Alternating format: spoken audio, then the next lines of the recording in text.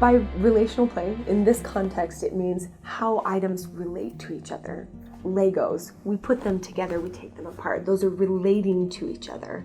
We're not talking about relationships at this point. One way that you can teach your child to do relational play is if you find that they're just banging things, if they're just putting it in their mouth, to move them up to relational play, you can help them stack items. You can line all of the cars up. Children with autism love this. They generally do it on their own, but if they're not, that's something that you can do. You can help them put blocks together. Some of my favorite toys are arcs. There are wooden arcs. They are amazing. Look them up because you can be very creative and it's still relational.